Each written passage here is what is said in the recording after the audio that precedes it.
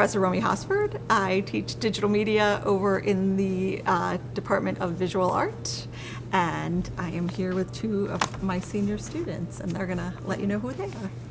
I'm Rebecca Schell. I am a senior graphic design major, and I'm really excited to be here. And I am Tim Tatro. I am also a senior graphic design major, and I'm really excited to be here.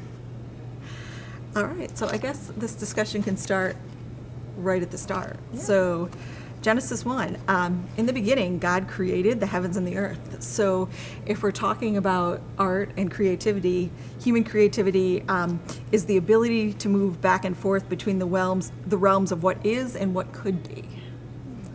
So that gets you thinking about kind of what creativity is, and that we are kind of made to be creative in the image of a creator God.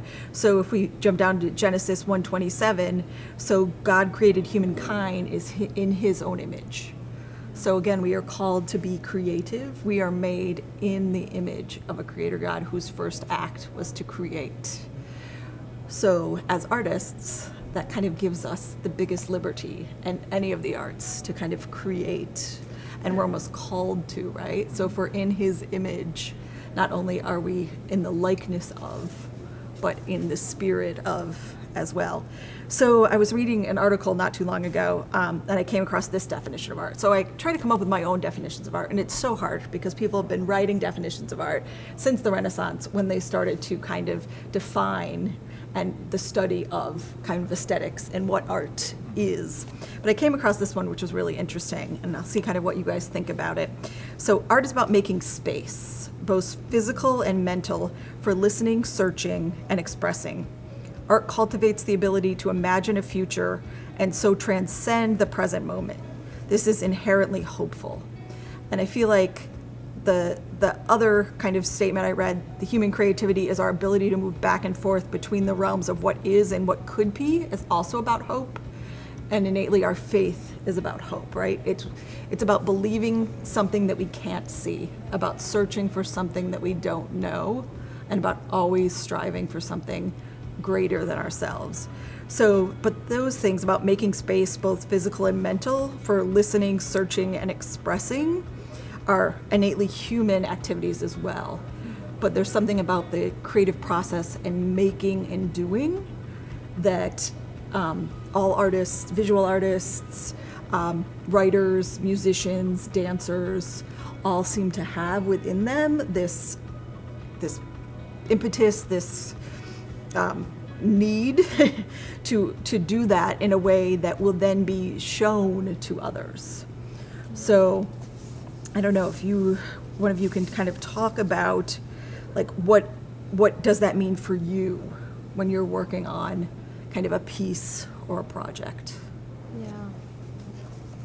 I mean, I completely agree with like being in a completely different like space when creating. Like, I don't know, there's something different about just sitting down and going into like a drawing or a painting where like nothing else like kind of influences me other than what I'm currently working on. Like, I just get into this really interesting like mindset that's the only thing at that moment that kind of matters. And as time goes by, maybe like 3 or 4 hours, and I finally realize like, wow, I've just been sitting here doing this for this long, and it's a really powerful feeling, I think. And I think it's incredibly important to realize that as beings that are images of God, like, we are in a way trying to emulate like what he ultimately did, which was create the entire world around us. And he took his time and at the very end stepped back and said, look at what I've created. And how does that work, Becca, maybe from the singular image to then multiple pieces? So how do you work from kind of the one expression to multiple, to work on an extended project? Yeah, I look at my art as a labor of love. A lot of people say that about it, is like, oh yeah, it's a labor of love, about what they're doing. But I really do feel like as an artist, you have to be super passionate about your piece, and you have to have, like you were saying, a lot of hope, because you know, without the passion, without the emotion, I feel like my art is very much dead. It's very, you know, two-dimensional. It doesn't speak to others. And I think as artists, we just want our emotion to be conveyed, or our idea and feelings. And so for me, taking in like my ideas or my like message that I want to express, or my emotion that I want to express, I have to give something of myself. And so it's hard sometimes when I'm working on a prolonged piece and it's multiple steps or multiple pieces within a piece, that I have to give so much of myself each time. And it's like you really get to know yourself, and you really get to know what you're doing and what you want from your piece, and who you want to reach, who you want to save, or impact. And so for me, I always look at my piece and I'm like, what part of me can I show to others to get this emotion across or get that across? And it really is, you know, a very hopeful expression, and a very passionate sort of spiritual connection for me with my pieces, you know, whether it's charcoal or paint or digitally on the computer, you know, it doesn't matter. I still put just as much of myself into the pieces as you know, so many artists before me did. You know, Van Gogh always said that, you know, art without passion is nothing, and that he would go crazy if he couldn't paint.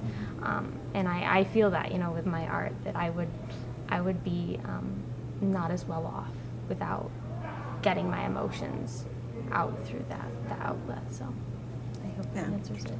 Yeah. So Tim, you brought up an interesting point, and I kind of have something to play off that I brought up in my notes. So one of my favorite books as a child, and still is, was A Wrinkle in Time by Madeleine L'Engle. And as an adult, I began to read more of her theological works and keep coming back and back to Walking on Water, which both of you had to read as part of your senior capstone seminar, and we'll get back to that. But she brings up that the ancient cultures understood time very differently than we do. And the Greeks had two words for time, chronos and kairos, and which are both used in scripture. And we know chronos, which is like the chronological idea of time. But she explains kairos, on the other hand, is this. As real time, she says, God's time, a time which breaks through chronos with a shock of joy. That time that we do not recognize while we are experiencing it, but only afterwards, because kairos has nothing to do with chronological time. In kairos, we are completely unself-conscious, and yet paradoxically far more real than we can ever be when we are constantly checking our watches for chronological time. The saint in contemplation, lost to self in the mind of God, is kairos, and the artist at work is kairos. And then she goes on there to talk about kind of children playing a game. In kairos, we become what we are called to be as human beings, co-creators with God, touching on the wonder of creation. This calling should not be limited to artists or saints, but it is a fearful calling. And you talked about that, getting lost in time. And I think that the act of creation is something that we can be lost in time doing. But it doesn't have to be just limited to people who deem themselves with a capital A artist, right? So if you guys could talk a little bit about, you have chosen that as your careers, right? That you're going to be producing as artists, and you've worked on this prolonged project in your capstone, but maybe you could talk a little bit about how you have seen maybe those around you use the creative process as well. So maybe talk about that first, how maybe you've noticed other people use the creative process who haven't deemed that, and then how you have seen it in your own life kind of play out. Is more of a meditation, a spiritual practice, or really a part of your everyday life beyond what you have deemed as maybe a career or a calling for you? That's a long question, I know, but Just a little bit. That's extensive.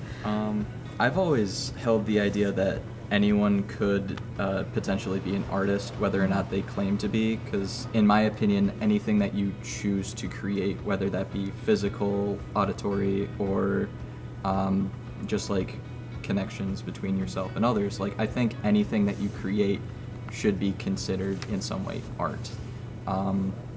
you mentioned that one book where I believe in it said that anything that you do, so long as it's like pleasing to God, should be considered good Christian art. Mm-hmm. And I really agreed with that when I read it. For the longest time, I always struggled with like what truly Christian art is. Mm-hmm. And after she mentioned that, like, so long as it's, you know, pleasing to God in the way that you make it and the way it represents Christianity, that it should be considered good and Christian. And I have a very similar view on art itself. So long as you are creating, it is considered art. Yeah, that's a really good point. I think a lot of times we try to define art in this box, and I know this goes off your question a little bit. No. But I think that we like try to shove ourselves in a box when art is all about getting out of a box, you know, getting out of that idea that you have to do this.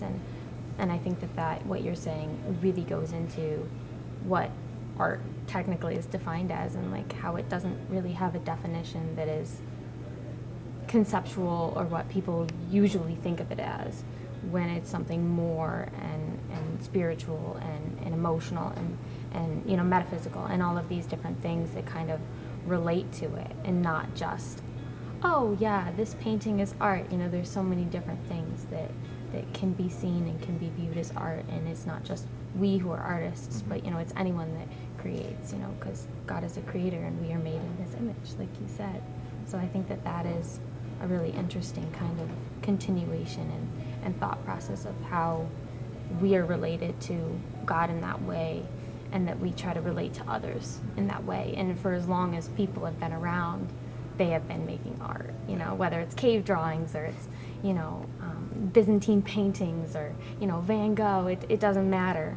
We've always been trying to reach this connection with each other and with our faith and our spirituality and with God. So I think that's a really like powerful connection. Yeah, trying to express who we are and our place in the world in whatever way we can. And I think that's the essential kind of outlet for what art is. And that drive is innately human, and that everyone has that. And I think that in contemporary culture specifically, that at some point people have been told they weren't good enough in some way. And so they have that adage of like, I can't draw a straight line with a ruler, or I can only do stick figures. And that is not necessarily true. They just haven't cultivated that expression, because in some way they were made to feel less than or stopped in, but they find that artistry in something else. But they've been told that the mainstream, that gate, you know, is this certain thing, and it's been defined in a certain way. And I think that need to express in some way is still there, and that some people do have a manifestation of that in a way. They have a facility of materials that we deem, you know, artistic, right? And that does exist. But I think that the ability to create is something that is innately human. And I think we're lucky enough to be within that field that gets to do that every day, and gets to show that expression and share that with others. And I think that's a pretty cool thing to do. Yeah. So I think art is about overcoming. And, you know, like you always say that we're problem solvers, you know, we're creative problem solvers. And that's really what we are, you know, whether it's a drawing or a painting or a video. And I think, like you were saying, that some people have been told, like, oh, you can't do this. And some people are like, okay, well, I'm going to find a different way to express myself creatively. That's still art. It might just be through music.